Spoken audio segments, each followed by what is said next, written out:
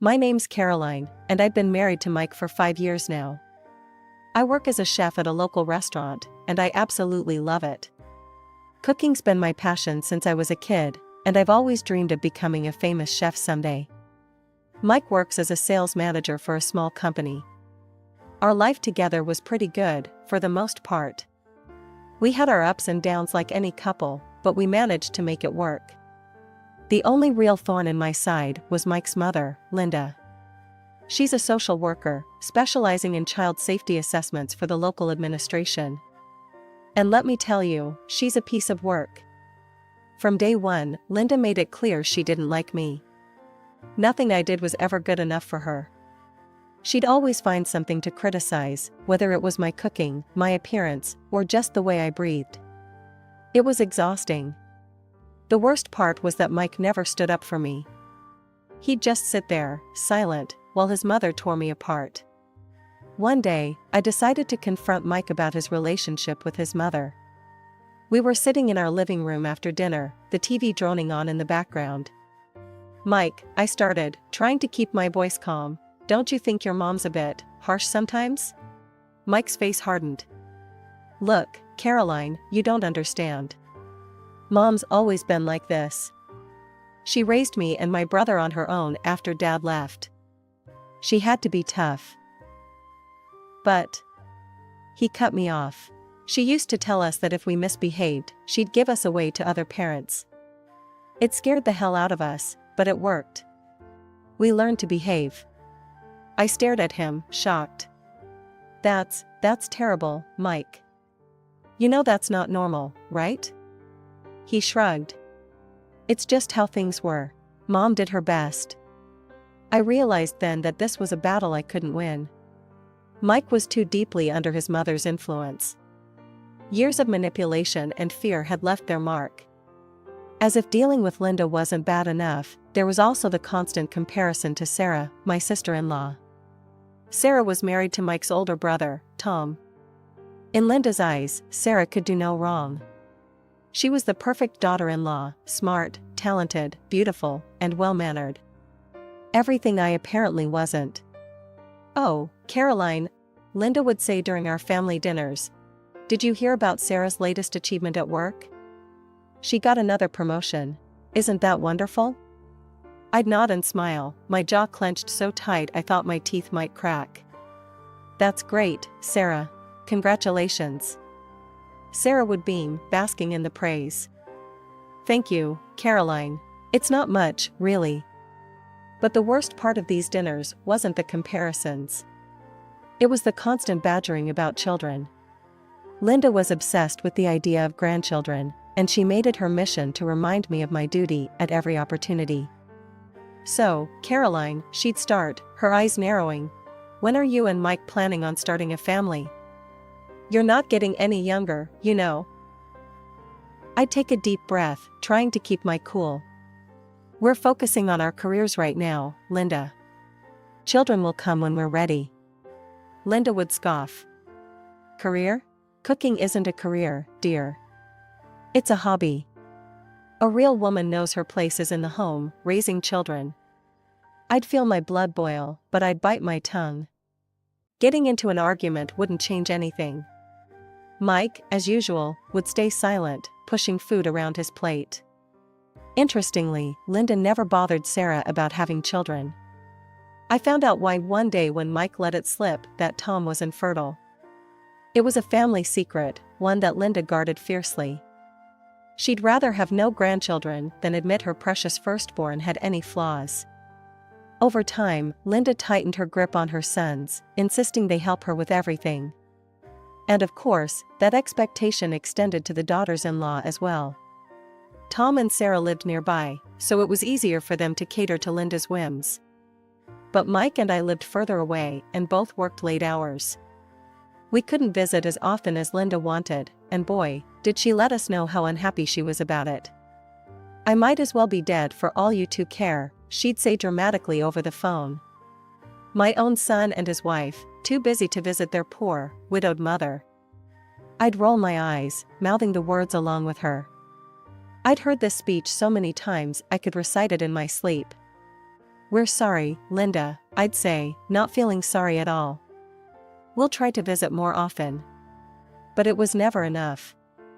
In Linda's world, we should be at her beck and call 24/7. And of course, it was all my fault. I was the one bossing Mike around and keeping him from his familial duties. As the months went by, I threw myself into my work even more.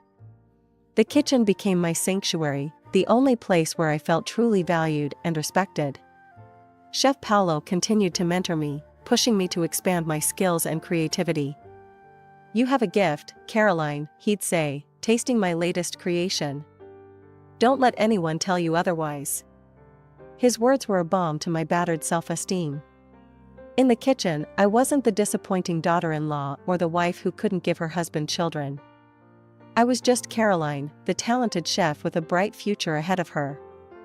The day everything started to unravel began like any other. I was at work, up to my elbows in prep for the dinner rush, when my phone buzzed. It was Linda. I groaned internally, but answered anyway. "Hello, Linda. What can I do for you?" Her voice came through, sharp and demanding. "Caroline, I need you to come to the mall and pick me up. Sarah and I have been shopping, and we have too many bags for a taxi." I glanced at the clock. It was peak traffic time, and the mall was on the other side of town. "Linda, I'm at work. I can't just leave." "Oh, so your job is more important than family?" she interrupted. "I see how it is. I suppose I'll just have to struggle with all these bags myself.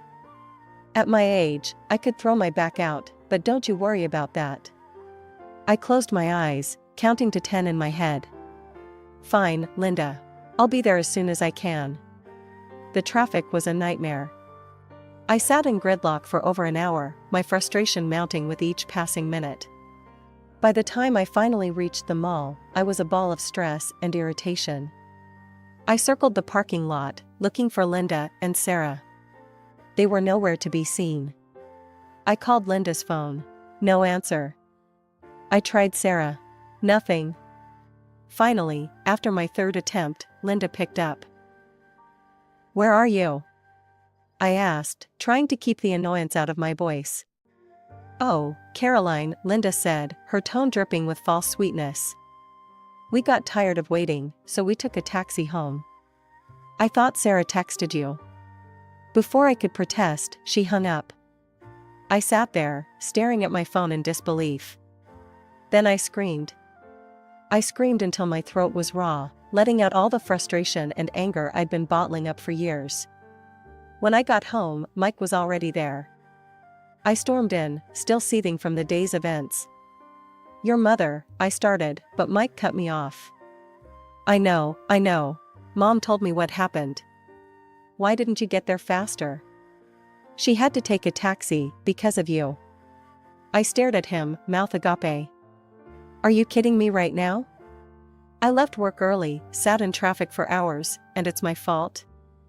Mike shrugged. "You know how Mom is with waiting. You should have planned better." The next few weeks passed in a blur of work and tense silences at home. Mike and I were barely speaking, the rift between us growing wider with each passing day. Then, one evening as I was closing up the kitchen, my phone rang. It was Linda again. I considered ignoring it, but I knew that would only lead to more drama. With a heavy sigh, I answered. "Hello, Linda." "Caroline, dear," she said, her voice sickly sweet. "I need you to do me a favor. It's Sarah's birthday tomorrow. I'm throwing her a little party at my house. I need you to deliver food from your restaurant. The most expensive dishes, mind you. For 10 people. I felt my blood pressure rising. "Linda, that's going to be extremely expensive. I can't just..." "Oh, don't be so stingy," she interrupted. "It's for family. And of course, you'll be paying for it. Consider it your gift to Sarah." I nearly dropped the phone. "You want me to pay for a gourmet meal for 10 people? Linda, that's insane. I can't afford that." She sked disapprovingly. Well, if you're going to be difficult about it, I suppose you could always cook the meal yourself and bring it over. That's what a real chef would do, isn't it? I closed my eyes, counting to 10 in my head. Linda, I work full-time. I don't have the energy to cook a gourmet meal for 10 people after a full shift. I see, she said, her voice cold. Well, I'll let Mike know how little you care about his family. Goodbye, Caroline. The line went dead. I stood there, phone in hand, feeling a mixture of rage and disbelief. When I got home, Mike was waiting for me, his face like a thundercloud. Mom called, he said without preamble. Why are you being so difficult about Sarah's birthday? Mom's right, you don't care about anyone but yourself. In the end, I caved. I couldn't face another argument, another night of cold silence. The next day, I placed the order at the restaurant, wincing as I handed over my credit card. It was a huge chunk of my savings, but what choice did I have? The following evening, Mike and I arrived at Linda's house for the party. I was exhausted from a long day at work, but I plastered on a smile as we entered. Linda greeted us at the door, all smiles for Mike and barely a glance for me. Oh, you're here. Come in, come in. Everyone's already started eating. We walked into the dining room, and I stopped short. The table was laden with food, but it wasn't the dishes I had ordered from the restaurant. Instead, there was an array of homemade dishes that looked, well, less than appetizing. What's going on? I asked, confused. Where's the food from the restaurant? Sarah looked up from her plate, smirking. Oh, didn't Mom tell you? I decided I wanted to cook for my own birthday. Isn't that right, Mom? Linda nodded, beaming at Sarah. Yes, and everything is just delicious. Sarah's such a talented cook. I stood there, speechless. Mike nudged me. Come on, let's sit down. Don't make a scene. Numbly, I took my seat. Mike chatted and laughed with everyone, seemingly oblivious to my discomfort. I caught Linda watching me several times, a satisfied smirk on her face. By the time we left, I was emotionally drained. In the car on the way home, I turned to Mike. Did you know about this? That Sarah was going to cook? He shrugged. Mom might have mentioned it. What's the big deal? I stared at him in disbelief. The big deal is that I spent a fortune on food that's now going to waste, Mike. And your mother knew that when she asked me to order it. You're overreacting, he said, not taking his eyes off the road. It was just a misunderstanding. But I knew better. This was no misunderstanding. It was a calculated move by Linda, another in her endless series of power plays. And once again, I was the loser. A couple of months passed, and the tension in our household had become almost unbearable. Mike and I were barely speaking, and when we did, it usually ended in an argument. I was spending more and more time at the restaurant, throwing myself into my work with a kind of desperate energy. One evening, as I was cleaning up after a long shift, Mike approached me with an unusually excited expression on his face.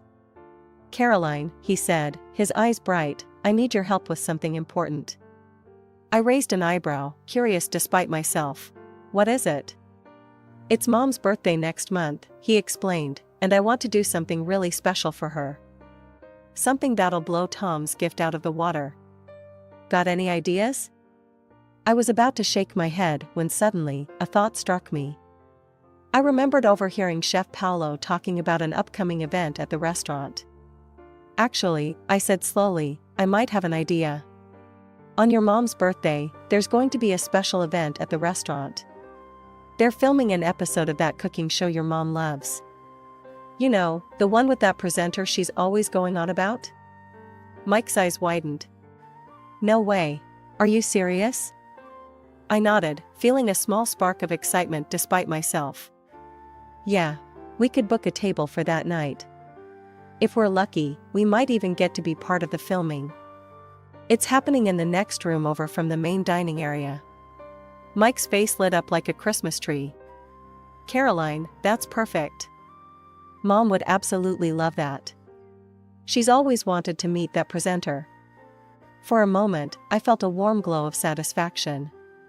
It was nice to see Mike so happy, and for once, to be the source of that happiness. We should keep it a surprise, I suggested, getting caught up in the moment. Can you imagine her face when she realizes where she is and what's happening? Mike nodded enthusiastically. Absolutely. We'll keep it completely under wraps. She won't suspect a thing. We spent the next hour planning out the details. I would book the table and arrange everything at the restaurant. Mike would handle getting Linda there without spoiling the surprise. The next day, I spoke to Chef Paolo about booking the table and explained the situation. He was more than happy to help, even offering to put us at one of the best tables in the house. The day of Linda's birthday arrived, and I woke up feeling a mixture of excitement and nervousness. As I was getting ready, Mike approached me with an odd expression on his face. "Hey, I think I'll go pick up Mom myself," he said, not quite meeting my eyes. "Why don't you head to the restaurant on your own?" "I'll meet you there with Mom." I frowned, a little taken aback. "Oh, okay. What time should I arrive?" "Just stick to the reservation time," Mike said quickly. "I'll handle everything else." I noticed Mike leaving much earlier than necessary, but I brushed it off. Maybe he had some last-minute preparations to take care of. When I arrived at the restaurant at the appointed time, my heart sank. Through the window, I could see that the dining room was already full. Our family and several guests were seated at the largest table, laughing and talking animatedly. They looked like they'd been there for quite some time. I entered, my steps faltering as I approached the table. My usual place next to Mike was occupied by one of Linda's friends. I stood there, feeling like a ghost at my own party. "Hello, everyone," I said, trying to keep my voice steady. They barely glanced at me, continuing their conversations as if I weren't there. The only one who acknowledged me was Linda, who gave me a smug smile before turning back to her guests. I turned to Mike, confusion and hurt swirling inside me. "What's going on?" "I thought we were surprising your mother together." Mike finally looked at me, his expression a mixture of guilt and defiance. "Caroline, we're tired of all the drama. Mom's birthday should be a happy occasion, without any arguments or tension. We thought it would be better this way." I felt like I'd been slapped. "Better? You mean, better without me?" Before Mike could respond, Linda chimed in, her voice dripping with false sweetness. "Oh, Caroline, dear. Didn't Mike tell you? We decided to have a little family gathering. Just the people who really matter." I felt my face burning with humiliation. That's when I noticed the camera crew in the corner, filming the whole scene. Linda, oblivious to their presence, continued her tirade. "You know, it's probably for the best that you haven't given Mike any children," she said loudly. "A barren, useless woman like you shouldn't be a mother. If you ever do manage to have a child, I'll make sure it's taken away and given to Sarah. She'd be a much better mother." Sarah, Mike's sister-in-law, giggled as Linda patted her head approvingly. Linda was on a roll now, playing to her audience. "You should see some of the cases I deal with at work. Women like Caroline, thinking they can have it all, a career and a family. Huh. I take their children away and give them to real families, families with proper values." The guests nodded and murmured in agreement, shooting me mocking looks. I stood there, frozen, as Linda continued to spew her venom. I felt a deep sense of shame, not for myself, but for this woman who could be so cruel, so callous. "I'm not hungry," I said quietly, my voice barely above a whisper. "Enjoy your dinner." As I turned to leave, I heard Linda's laughter, followed by the laughter of her guests. The sound followed me out of the restaurant, echoing in my ears like a twisted symphony. I arrived home, my mind still reeling from the events at the restaurant. Without thinking, I started pulling clothes from the closet, stuffing them haphazardly into a suitcase. I couldn't stay here anymore, not after what had just happened. As I was frantically packing, my phone rang. It was James, the restaurant administrator. I almost didn't answer, but something in me made me pick up. "Caroline," James's voice was urgent. You need to check the social media page for that cooking show that was filming at the restaurant today. Now. Curiosity overcame my desire to flee. I opened my laptop and found the page. What I saw made my jaw drop. There, front and center, was a video of Linda. But it wasn't the polished, put-together Linda she usually presented to the world. This was Linda in all her ugly glory, spewing venom about me, about how she abused her position to take children from their mothers. The video had hundreds of thousands of views already, and the comments section was on fire. She should be fired immediately. How can someone so cruel work with children? Poor Caroline, having to deal with such a monster of a mother-in-law. Before I knew what I was doing, I was in my car, driving back to the restaurant. I burst through the doors, my heart pounding. Linda was still there, chatting animatedly with the show's presenter. When she saw me, her face twisted with annoyance. "Why are you back?" she hissed. "Haven't you embarrassed yourself enough for one night?" Without a word, I thrust my phone in front of her face, the damning video playing on the screen. Linda's face drained of color as she watched herself, her own words, condemning her. What is this?" she sputtered. Then, turning to the presenter, she shrieked. "You! Take this down immediately. I'll sue you for everything you've got." The presenter just laughed. "I could take it down, sure. But it's already been shared thousands of times. You're viral, Linda. Congratulations on your newfound fame." Linda's face contorted with rage. She began grabbing plates off the table, hurling them to the floor. "I'll ruin you," she screamed. "I'll ruin all of you." "Oh, I wouldn't do that if I were you," the presenter said calmly. "We're still live, you see. Your little tantrum is being broadcast to the whole country right now." Linda froze, her face a mask of horror. The other guests at the table sat in stunned silence, looking as if they wanted the ground to open up and swallow them. James appeared at my side, his face grim. "I'm going to have to ask you all to leave," he said firmly. "Now. Or I'll be forced to call the police." As Linda and her entourage disappeared into the night, the presenter turned to me, a sympathetic smile on his face. "Caroline, isn't it?" he said. "Would you mind if we had a quick chat on camera? I think our viewers would love to hear your side of the story." I hesitated for a moment, then nodded. As the camera turned to me, I took a deep breath. This was my chance to tell my truth, to reclaim my narrative. The aftermath of Linda's public meltdown was swift and merciless. Within days, she was fired from her job in disgrace, her years of manipulating the system finally catching up with her. The influential position she'd wielded like a weapon was gone, along with the respect she'd commanded in society. As for me, I wasted no time. The very next day, I filed for divorce. Mike came to me, his eyes red and pleading, begging for forgiveness. "Caroline, please," he said, his voice breaking. "I made a terrible mistake. We can work this out, I promise. I'll stand up to Mom, I'll be better." I looked at him, feeling a mixture of pity and resolve. "It's too late, Mike. You had years to stand up for me, to be a real partner. But you chose your mother over me every single time." The divorce was surprisingly quick. We didn't have much to divide, and Mike, perhaps out of guilt, didn't contest anything. Just like that, 5 years of marriage were dissolved, reduced to nothing more than a signature on a piece of paper. But as one chapter of my life closed, another one opened up in ways I never could have imagined. Chef Paolo approached me a week after the incident.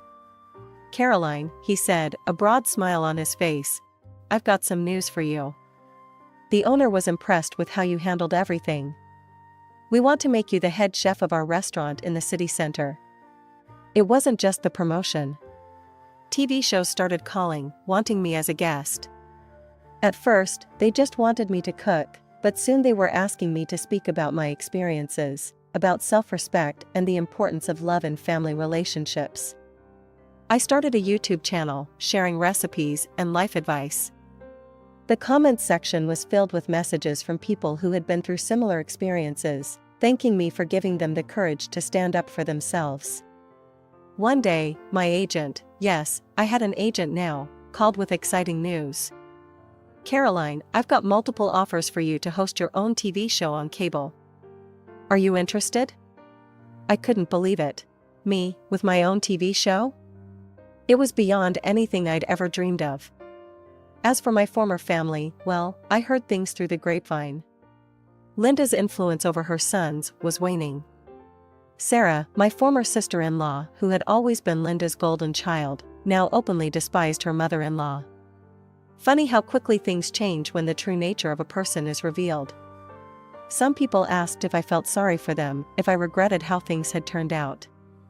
The truth is, I didn't. They had made their choices, just as I had made mine. The difference was, I could look myself in the mirror each morning and be proud of the person I saw.